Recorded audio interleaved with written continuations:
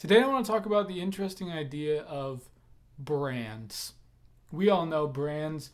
If I told you what is the let's say an example of Whole Foods. If I told you to describe to me Whole Foods, what their brand is, you could probably pretty easily tell me like whole food sources, like plant-based foods, a lot of produce, a lot of healthy food items. That's kind of their brand. Or if I said like a person, someone maybe like Will Ferrell, and I said, who is Will Ferrell? And you would say that he's his comedy and humor, like funny movies as an actor, that is his brand. So whether it's organizations, entities, companies, or people, you and I as well have a personal brand. The way that we kind of present ourselves to other in what we represent. And what I want to talk about today is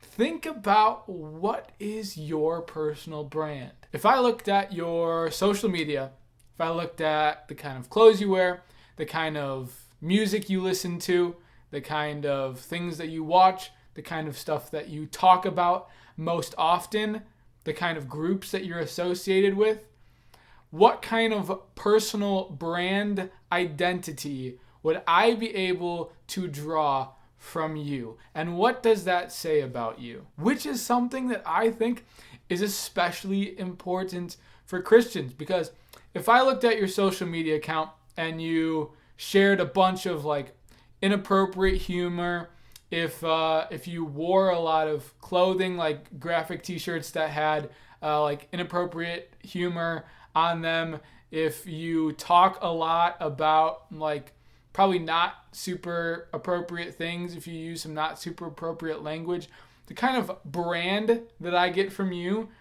is not necessarily one that I would think of as Christian. So it's certainly something to think about, that as much as we can personally identify as, a follower of Christ, how much is that recognized by other people? And it does present the question of, to what extent does that matter? Because Jesus does tell us, when you pray, don't pray these lofty prayers like the Pharisees and the hypocrites.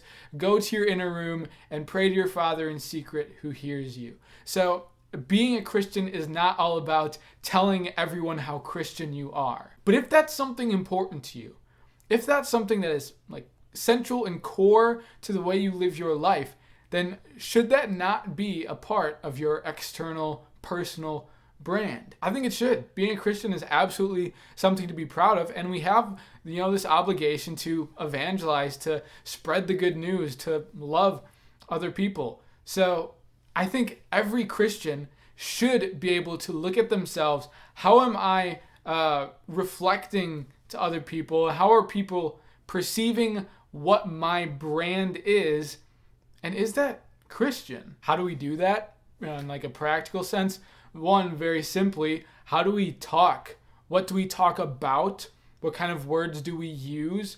Are we loving in our approach to other people, or are we hateful, abrasive, use inappropriate language? Who do you hang around, maybe? Because we can very easily get identified with our group. So if you're in a not super positive, not super Christian environment, you might automatically be identified with that group. And what kind of things do I support? Both really in social media, a big one in today's day and age, like the way that often our personal brand comes into being is by our like digital presence, by what we're posting, what we're liking, what we're sharing, because people can see that, and people tend to associate who you are, identify who you are by the things that you digitally or publicly support. So something to think about today.